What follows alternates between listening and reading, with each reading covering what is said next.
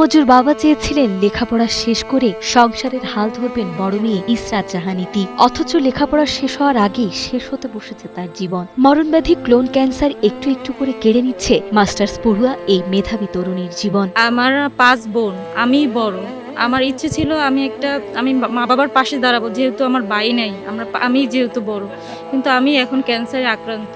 3 বছর আগে সুস্থ স্বাভাবিক ছিল ইসরাত জাহান ইতি, কিন্তু অনার্সে পড়ার সময় দেখা দেয় নানা শারীরিক জটিলতা। এরপর পরীক্ষা নিরীক্ষা করে জানা যায় ক্লোন ক্যান্সারে আক্রান্ত ইতি। চিকিৎসকরা তাকে সুস্থ করতে 12টি কেমোথেরাপি দেওয়ার পরামর্শ দেন, কিন্তু দিনমজুর বাবার সামান্য আয়ে 5 মেয়ে নিয়ে সংসার চালানো যেখানে কঠিন, সেখানে এই ব্যয়বহুল চিকিৎসা প্রায় অসম্ভব হয়ে উঠেছে। তবে শেষ সম্বল ভিটামাটি বিক্রি করে কোনো মতে 6টি কেমোথেরাপি দেওয়া হলেও টাকার অভাবে এখন পুরোপুরি বন্ধ ইতির চিকিৎসা। আমার মরণব্যাধি ক্যান্সার, ক্লোন ক্যান্সার আমি আক্রান্ত। এখন আমার 2-3 বছর ধরে এই সমস্যাটাই আমি আক্রান্ত ছিলাম। মাঝখান থেকে আমি একটু সুস্থ ছিলাম, কারণ আমার বাবা দাঁড় দেনা করে একটা জমি বিক্রি করে আমার বাবা আমার ট্রিটমেন্ট করে। তো আবার আমি অনেক অসুস্থ হয়ে পড়ছি, আগের থেকে বেশি অনেক অসুস্থ হয়ে পড়ছি। এখন আমার লিভারেও সমস্যা, ক্যান্সার প্লাস লিভারেও সমস্যা।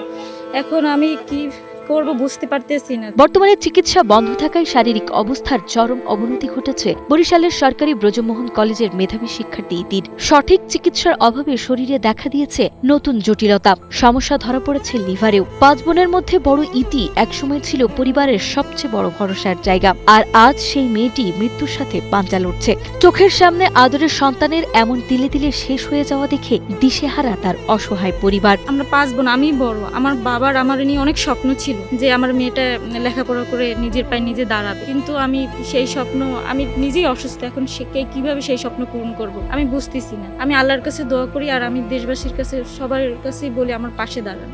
বড় মেয়ে তো লেখাপড়া করছে, বলছিলাম বড় মেয়ে একটু হাল ধরবে সংসারের, তারই ক্যান্সার। অদম্য এই তরুণীকে বাঁচাতে এখন প্রয়োজন বিত্তবান ও হৃদয়বান মানুষের একটুখানি সহানুভূতি। ইতির সহপাঠী ও শিক্ষকরাও আকুতি জানিয়েছেন, মেধাবী এই মুখটি যেন টাকার অভাবে অকালে ঝরে না যায়। সবাই সম্মিলিত মানবিক সহায়তার হাত বাড়িয়ে দিলে হয়তো ইতির চিকিৎসা আবারও শুরু হতে পারে। হাসি মুখে পরিবারের দায়িত্ব কাঁধে নিতে পারে বাবা মায়ের ভরসার সন্তান।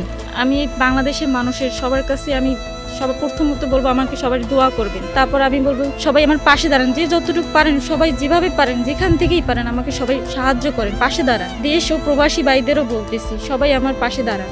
আমি বাঁচতে চাই, আপনাদের সবার কাছে আমার রিকোয়েস্ট, আমি বাঁচতে চাই।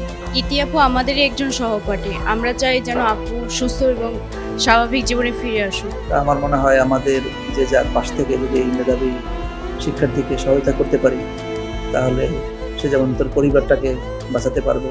এবং আমি জানি তার পরিবারও খুব একটা আর্থিক অবস্থায় ভালো নেই, সেই কারণে আমার মনে হয় সবার একটা দায়বদ্ধতার জায়গা থেকে কাজ করার দরকার, সহায়তার হাত বাড়িয়ে দেওয়া দরকার।